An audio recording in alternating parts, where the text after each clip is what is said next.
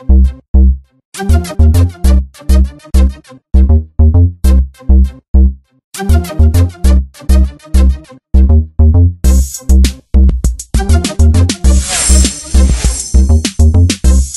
is IB Sports. I'm BJ Griffin. I'll be giving you guys my fight predictions for UFC 116. I'm excited to be doing the entire main card this time around. Let's start with George Sarouropoulos versus Kurt Pellegrino. Now, George Sarouropoulos is very well rounded. He has excellent striking and jiu-jitsu. He's very quick on his feet, and I've just been overall impressed with his stand-up. Now, what he tends to do is soften his opponents with his stand-up and then finish his fights on the ground.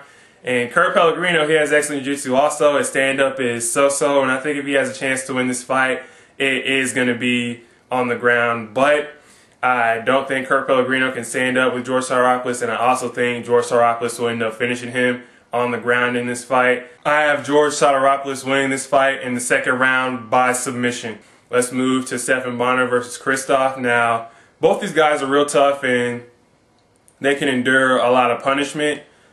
Last fight was ended because of Stephan Bonnar's cut on his face, and they ended it in the final round. Last time I actually thought that Stephan Bonnar was winning the first two rounds, and the last fight was competitive. I think this fight's going to be competitive, even though I don't really want to see it. I have Stephan Bonnar winning this fight by decision. Let's move to Chris Lights Out Lytle versus Matt Brown. Now, Chris Lytle, the biggest thing about him is the power behind his strikes, since the nickname Lights Out.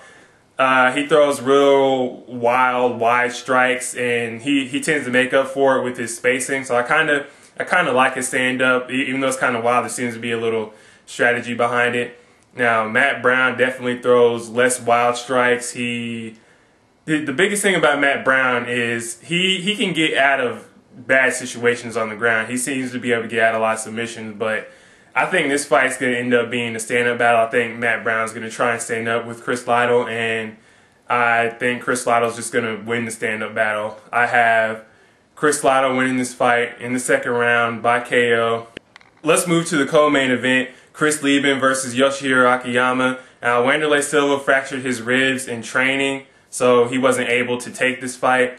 And it's unfortunate because I would have much rather seen Wanderlei Silva than Chris Lieben. I don't know why they had Chris Lieben take this fight anyway, because we just saw him fight a couple weeks ago. But whatever. Let's move into the fight. Yoshihiro Akiyama, he's quick. He has a great ground game, and he has a little knockout power also. Now, Chris Lieben has a little more knockout power, but I think this will be a great stand-up fight. I think that both these fighters have great chins, even though a lot of people are probably going to say that Alan Belcher rocked Yoshihiro Akiyama in the first round of their fight and Akiyama's first UFC fight. So I think this fight's ultimately going to go to the decision, and I think Yoshihiro Akiyama is going to score more points to win that decision. I have Yoshihiro Akiyama winning this fight by decision.